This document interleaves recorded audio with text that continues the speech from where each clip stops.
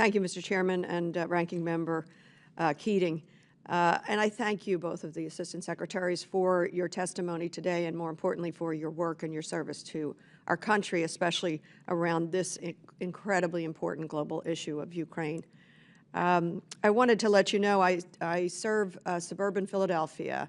I'm Pennsylvania's 4th Congressional District, which is Montgomery and Berks counties, home to a tremendous number of Ukrainian Americans, just a wonderful community that I have known and loved since before this horrific invasion and set of war crimes.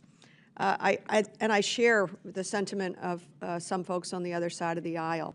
I'm very proud of this administration and the President for what he has done, how he has led, and how we, the United States of America, has brought 53 countries, if not more, together, seeing clearly the grotesque invasion by Russia. But my question, and I'm posing it to both of you, either of you, Mr. Jones, Ms. Cooper, what additional steps is NATO considering in order to end Russia's war in Ukraine as soon as possible, as well as to deter any future aggression? Obviously, if we end it sooner than later, I think that will be a powerful deterrence. What else is NATO doing? What else is the administration summoning up to end this sooner?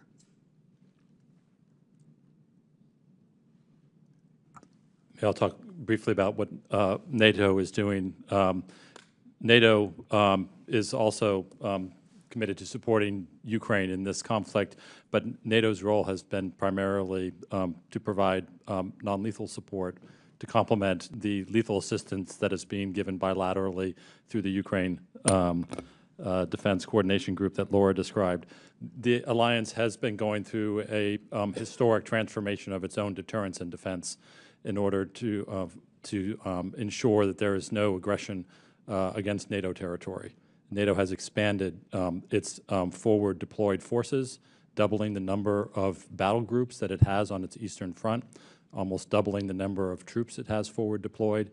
And NATO is also in the process of completing and is on track to complete at the Vilnius summit a complete rework of its defense plans to take in a comprehensive plan for the defense of Europe, which will both strengthen its deterrent and I think send a clear message about our ironclad commitment to defend every inch of NATO territory.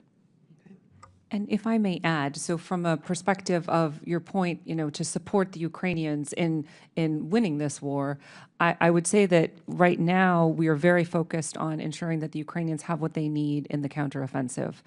We have helped support them to build 9 new brigades. This is an amazing achievement and a tribute to the work of U.S. European Command and our allies and partners. So these 9 brigades have been outfitted with the best kit possible, with tanks, with infantry fighting vehicles, artillery, and with plenty of ammunition. And we are watching to see what else they need. As things break, we're getting them spare parts or replacement capabilities. So that's a very tangible, very practical thing that we're doing.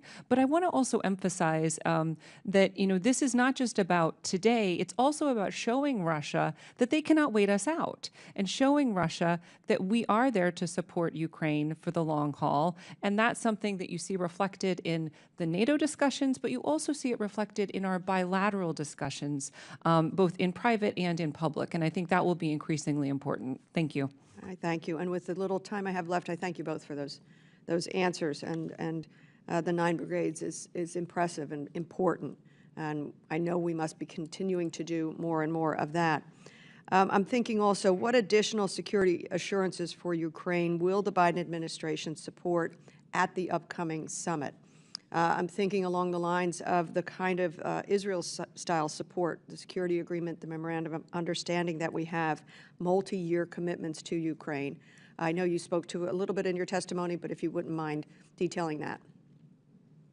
Thank you. And I'll just touch on, again, the bilateral dimension of this. And of course, there's the multilateral NATO dimension of this.